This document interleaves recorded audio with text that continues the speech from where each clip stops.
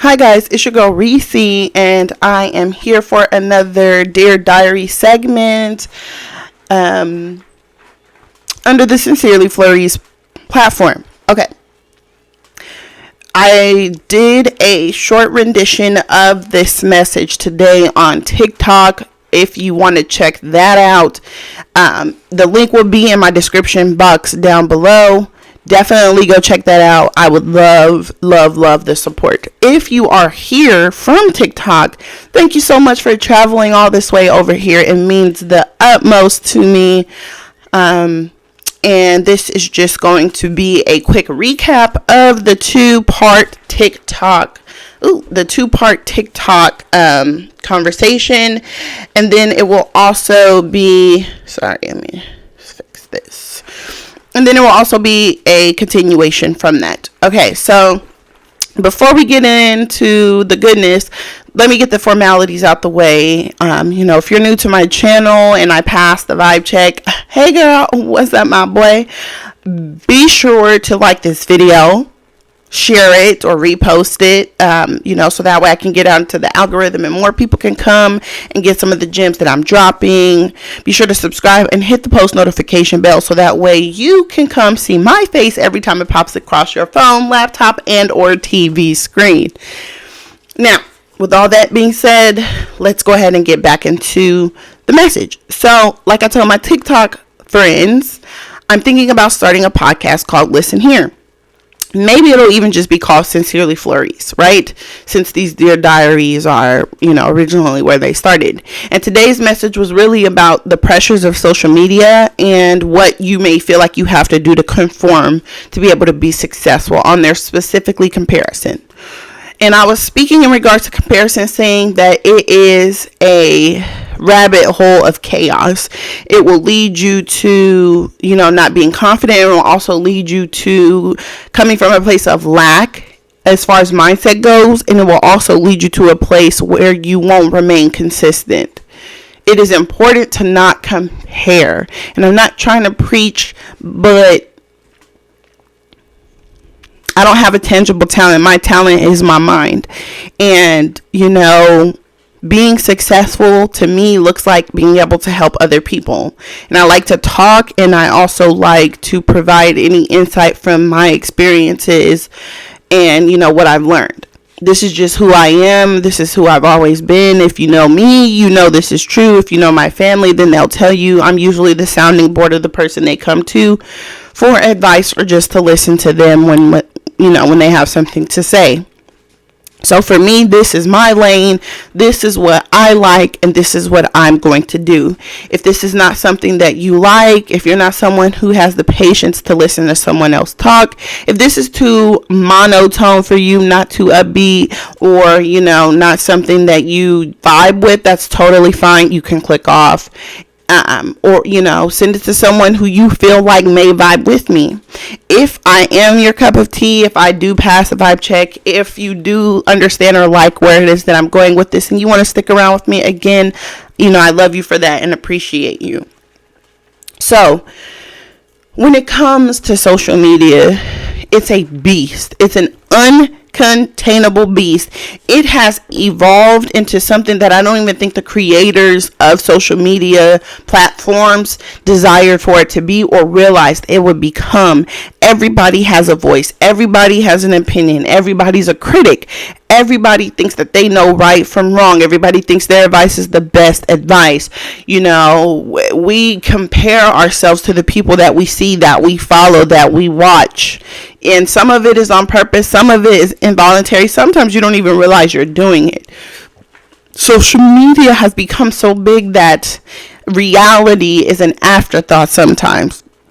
Too much social media can be deadly, especially when it comes to the mind.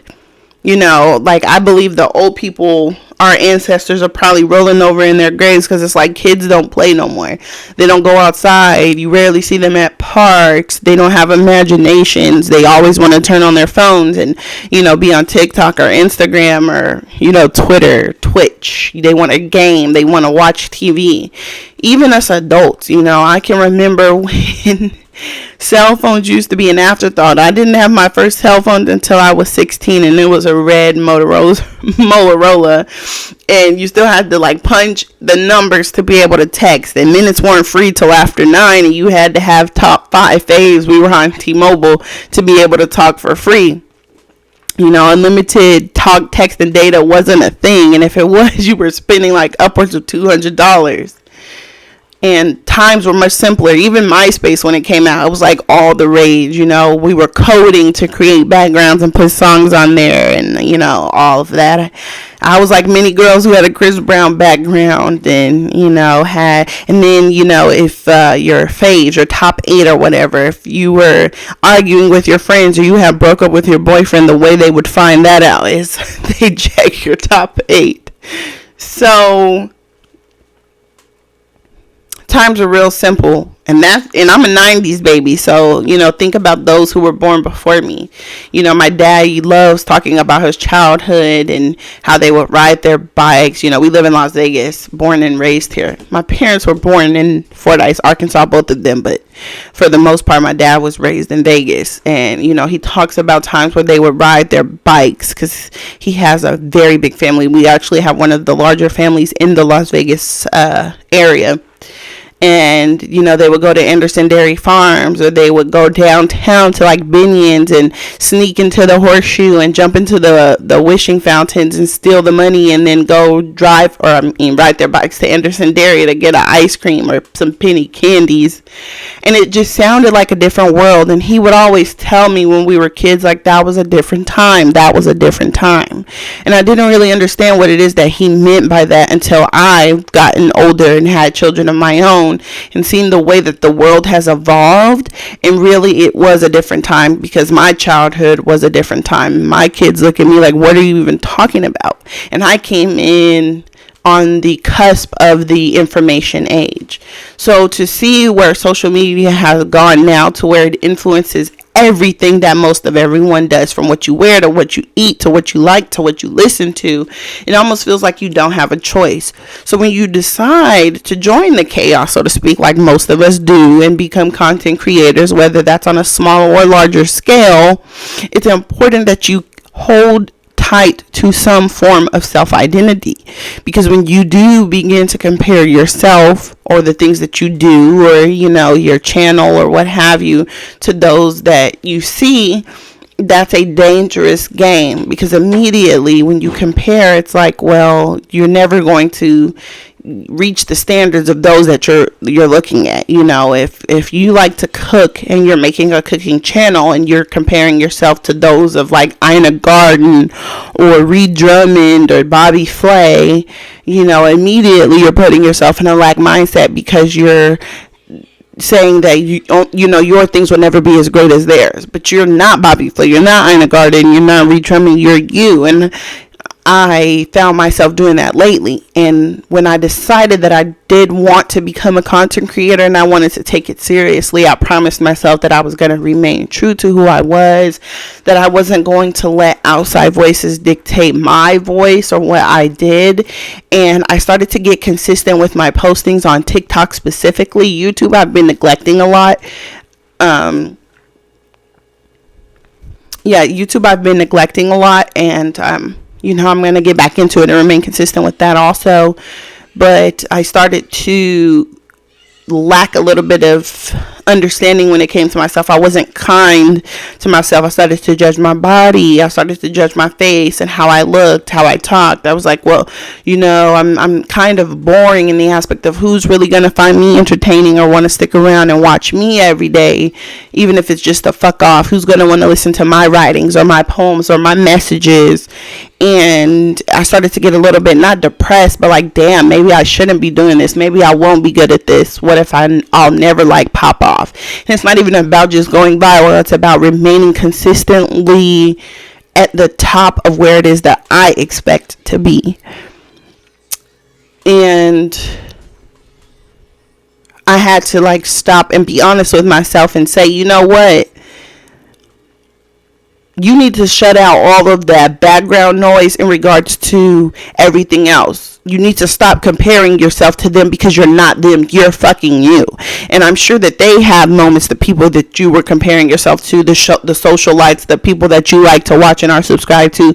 I'm sure that they had and probably still have moments where they feel like they are or could do better. And they probably are comparing themselves to people who are even on a higher level than you. It's a vicious cycle, and I don't want to participate in it. And if you're still here 10 minutes and 17 seconds into the video, that tells me you don't want to participate in it anymore or at all. And I would say that, as cliche as it sounds, I'm proud of you. I'm proud of you because if you're still here, then you are the exact people that I want to connect with. You are my audience. You are the people I want subscribed to my channels. You are the people I want following me on my social media platforms. You're the people I want to connect with and comment with and talk to and reach and understand and build with, because you understand what it feels like to be ostracized by yourself. My mind is my greatest tool, and it's going to be what makes me successful, and it's going to be what makes me my wealth, that breaks my generational traumas, that breaks the curses, that creates and generates generational wealth. It's going to be the thing that helps me help thousands, and I know that. It's going to be someone else's success story. It's going to help me to create apps, programs, companies, buildings, and situations for people who are waiting on me and are praying right now for a change, and they don't know it's going to come for me. And I affirm that, and I know that. But in order for me to do that, I have to be confident in myself, because I won't be one of those people on social media who present to you something and are a completely different way, who is holding up a sponsorship for something and then they don't even fucking use it, or they think it's total shit. I'm not going to sell you a fucking web of lies. I'm not going to sell you something that I don't use myself, and that includes my words. So I'm not going to compare myself anymore to anybody that I watch or I subscribe to or I like or I follow or what the fuck ever. And I don't want you to do that either, because then you will also eventually stop. And what's the alternative? Like I told the people on my TikToks, one of my sayings that's also going to be trademarked on my merchandise is, what's the alternative? If content creation is something that you want to do, if social media influencing is something that you want to do, or that's someone you want to be, then you have to think like there is no other alternative for you. No matter how many likes you get, no matter how many people stay subscribed to you, no matter how many haters are under your videos commenting hopeless, negative, lack-minded bullshit, you have to keep going. This video, as positive as it may only reach 2 to 3 fucking people. I don't care. That's 2 to 3 people, and the next one will reach 6, and the next one will reach 10, and the next one will reach 20, and the next one will reach 40. And in a year from now, I'll have over 1 million subscribers. If you remain consistent, because you only want to gravitate to the people who are like-minded like you and who understand you. You want people in your circle or supporting you that truly want to see you win.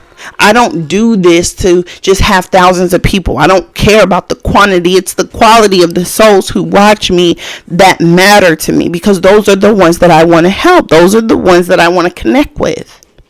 You have to decide what that looks like for you. If you just want to do social media because it's fun or because you're bored, hey, do that. You never know. You might end up going viral and becoming successful with that too. And if so, girl, congratulations.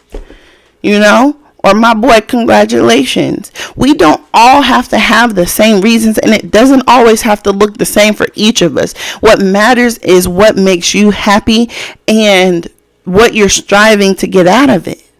But in order to do that, you have to stop comparing yourself to other people, and you have to be honest with yourself and say, is this something that you're truly capable of doing? Are you ready for it? Are you ready for everything that comes with it? I could go viral tomorrow. This video could be chopped up, made into snippets, and put on like Good Morning America or something. I could be invited on The View or Oprah. You never know. Am I prepared for that? Am I honest with myself in saying, I want to be able to present this person to society? I want to be on the lips of people, or in my name in the lips of people in boardrooms offering me sponsorship deals, wanting to take me globally or turn me into a business or an entity? Am I honest with myself enough to say I'm ready for that? And I'm ready for that now. Was I ready for that before? Hell no. Even financially, my life is going to change, and it can change. Am I ready for that? Do I have the tools to be able to take the money that I'm using to generate wealth, to break chains, to get out of debt and be debt free, to help other people? Or am I going to fuck it off and blow it? I'm honest enough to say I am ready now. Was I ready before? No. Even mentally speaking, having had depression in the past and mental health issues and, attempted permanent self-harm before, am I mentally ready for the haters and the naysayers and those that will try to block me and the family that will turn on me and say that I changed? And, I don't really have friends, but the friends that come out of the woodworks to need help or to, sell stories about me. Am I ready for that? Yes, I am. Are you ready for that? Are you ready for any and all things that come with this?